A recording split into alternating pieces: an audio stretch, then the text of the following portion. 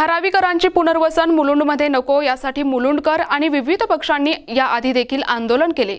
मात्र आता धारावीचे पुनर्वसन मुलुंडमध्येच होणार आहे हे निश्चित झाल्यावर महाविकास आघाडी अधिकच आक्रमक झाली आहे। आज महाविकास आघाडीच्या वतीने मुलुंड बंदची हाक देत एक दिवसीय लाक्षणिक उपोषण करण्यात येत आहे। काँग्रेस प्रवक्ते राकेश शेट्टी यांच्या नेतृत्वात हे आंदोलन होत आहे।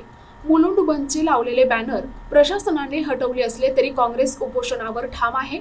महाविकास आघाडीच्या या मुलुंड बंदला मुलुंडकरांनी संमिश्र प्रतिसाद दिला आहे। काही ठिकाणी दुकाने बंद आहेत तर स्टेशन रोड परिसरात दुकाने चालू असल्याचे दिसून येत आहे।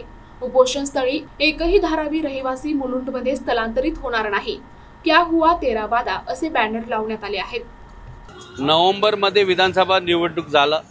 मुख्यमंत्री स्वतः आणि याचे विद्यमान आमदारांनी मुलुंडकरांना हे वचन दिलं होतं की एकही धारावीचे लोक इथे पाठवणार नाही।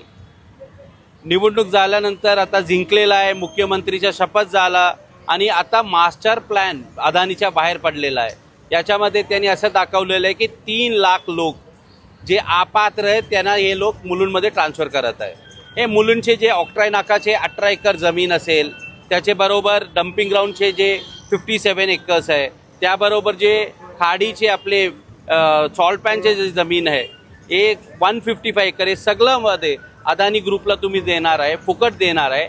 आणि जे म्हणून आम्ही MVAचे लोकांनी लिहिले इथे क्या हुआ तेरा वादा, हे मुख्यमंत्र्यांना आव्हान आहे की जे वादा तुम्ही मुलुंडकराला केलं होतं त्याचं काय झालं।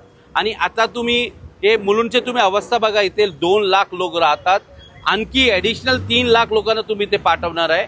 म्हणून आम्ही याच्या विरोधात आज MVA तर्फे एक दिवसीय लाक्षणिक उपोषण ठेवलेलं आहे। मुलुंड बंदचे आम्ही दिलेलं आहे। मुलुंडचे सगळं दुकानदारांना आम्ही सांगितलं आहे की तुम्ही जर धारावी प्रकल्पाच्या विरोध आहे तर तुम्ही बंद ठेवा। आणि मला खूप प्रतिसाद मिळत देत आहे, लोक 1-2 दुकान चालू असेल, पण आम्ही हे काँग्रेसचे तुम्हाला माहीत आहे लाक्षणिक उपोषणांनी बंद आहे। म्हणून आम्ही कोणाला जबरीने काय करत नाही। आम्ही लोकांना सांगितलंय तुमच्या इच्छात असेल, मनात असेल तर तुम्ही बंद ठेवा। NTV news Marathi, Mumbai.